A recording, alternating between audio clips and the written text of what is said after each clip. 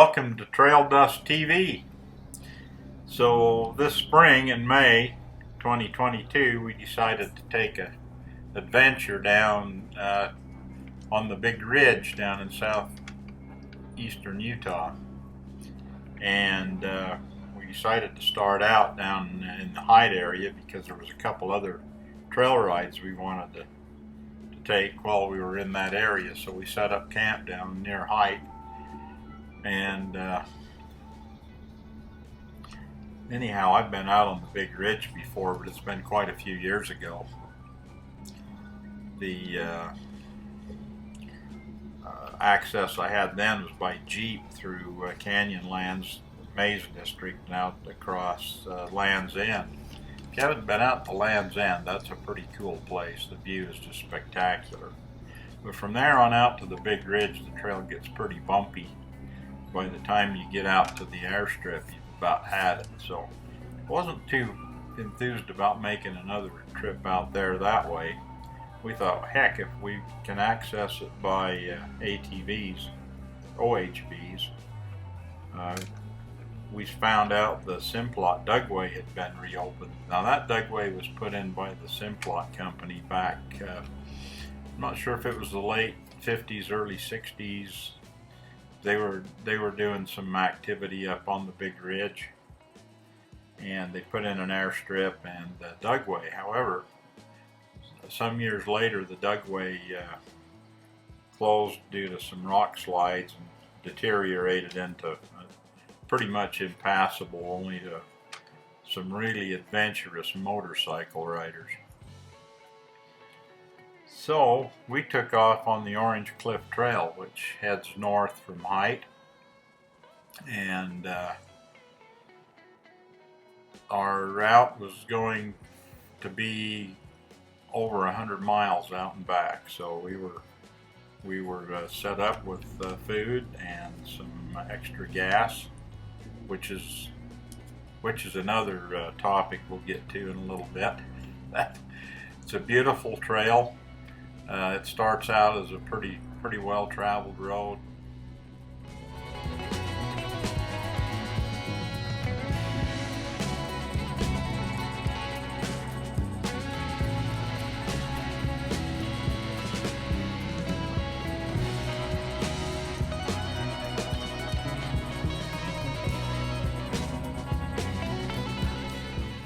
Oh, and beep bop the like and boop the subscribe button if you would, please. I'd appreciate it.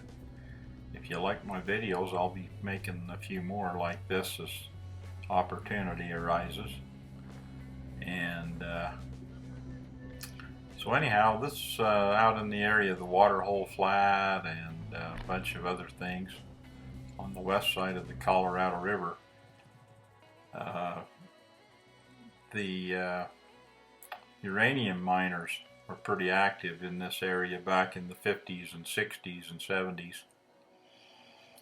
Well, let's see, speaking of the Colorado River, if you find the right trail, you can go over and look right off into Cataract Canyon, which is a pretty famous fast water canyon.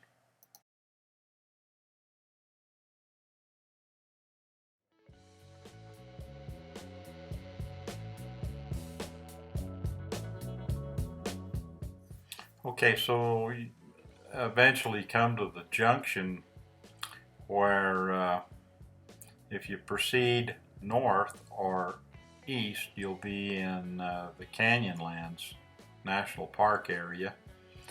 And of course, the rules don't allow OHV vehicles, so to proceed in those directions, you'll have to travel by Jeep or licensed motorcycle. But we're going to turn left over into Hatch Canyon through Sunset Pass, and it's perfectly allowable to go by OHV or ATV on that trail. So we're going to head to the west through Sunset Pass, and we'll be in Hatch Canyon. Now, you can enter this area through Hatch Canyon via Poison Springs Canyon, which turns off of Highway 95 south of Hanksville. We chose not to go that way. Sometimes in the spring, the ford across the Dirty Devil River becomes impassable, so you need to find that out if you're going to come that way. It's a little shorter than the route we're taking, which turned out to be over 100 miles in round trip. One of the scenic views from this area is Sunset or Gunsight Butte, and there is primitive camping available at Sunset Pass. If you're one of those adventurous overlanders, you may choose to give that a try.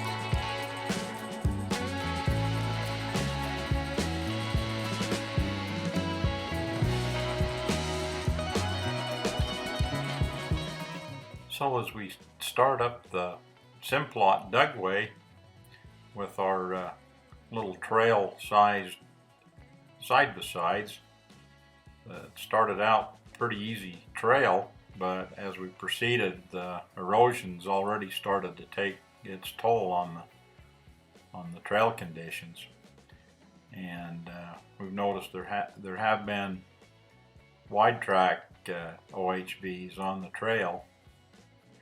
So far so good, and the scenery just continues to be spectacular. Now, this particular day, the temperature started to get up into the 90s, so we had kind of a warm ride.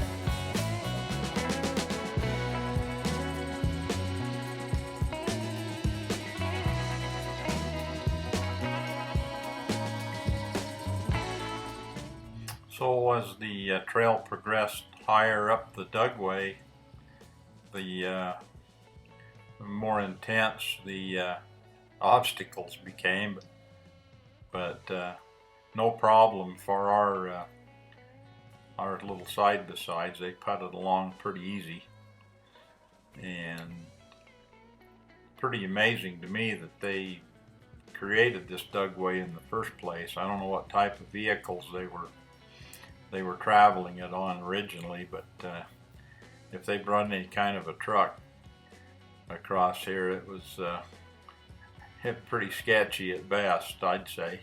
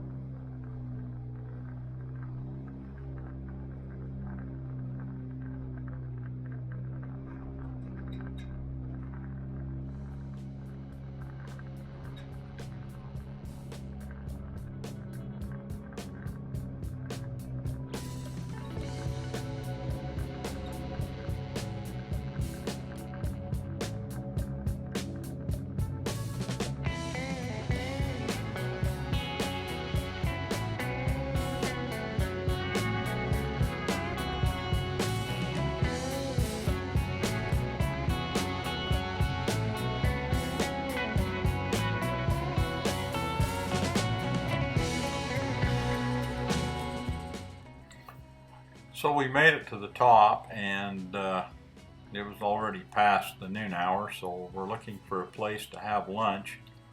Not finding any particular amount of shade, we finally found such a spot that we could get half shaded. And unfortunately, my camera gave out temporarily, and so after we ate our lunch and proceeded out to the west on top of the big ridge, we made it to the airstrip. And the sport plane folks, backcountry airstrip folks, they enjoy the airstrip quite a bit. I've noticed that it's been kept up pretty well. So unfortunately, I didn't get a lot of or any video on top as we explored, but we didn't explore very long because one of our riders discovered he had miscalculated his fuel supply. So we decided to head back while we still had enough fuel to share to get everyone back to camp. So here we are on our way back down, and we're a little bit disappointed that we didn't get to explore everything we wanted to on top, but nevertheless we did enjoy the adventure of the Simplot Dugway.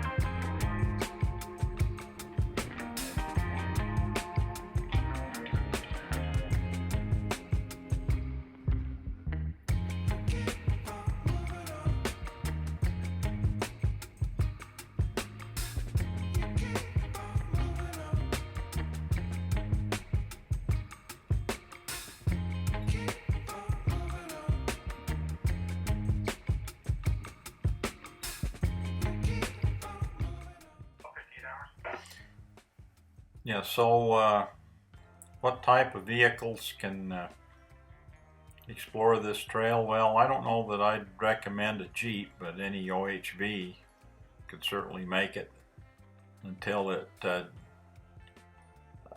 deteriorates more than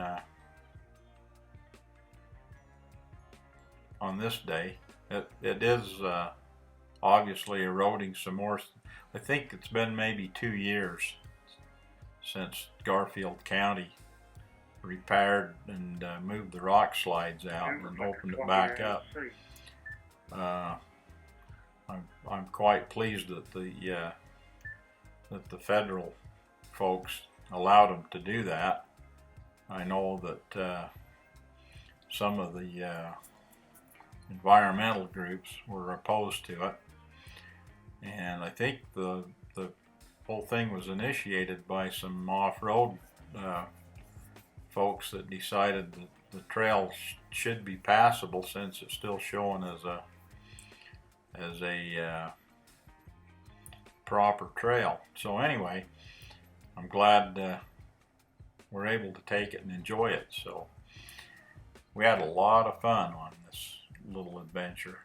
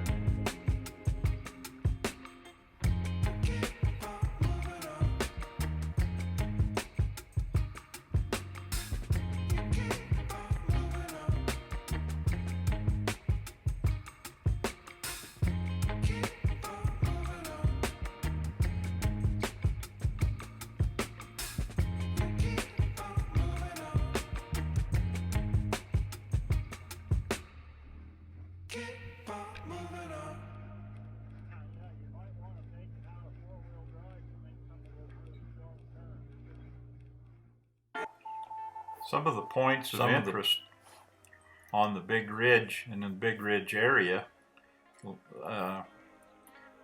once you're to the top, if you turn right, you can go out to Land's End for the spectacular view.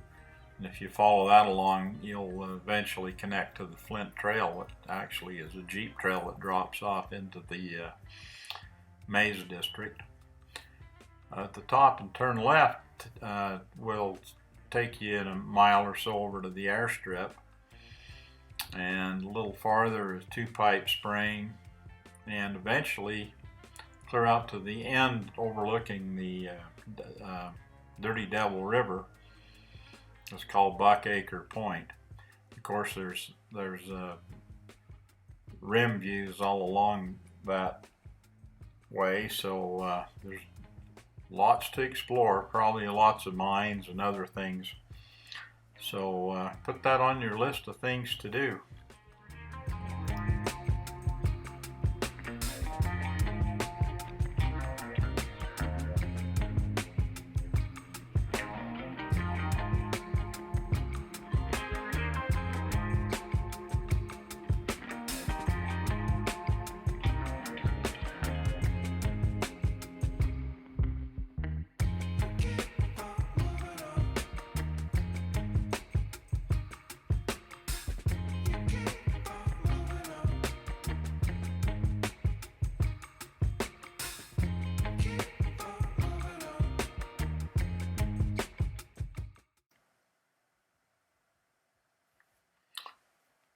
Yeah, so back along the Orange Cliff Trail on our way back to camp, just enjoying the spectacular scenery. There's quite a bit of history in the area, lots of cattle and exploration for uranium and other minerals, and the scenery just keeps coming no matter which direction you go. There's always something new to look at, so probably one of my favorite areas to explore. I sure appreciate y'all coming along on this ride with us, and thanks for watching.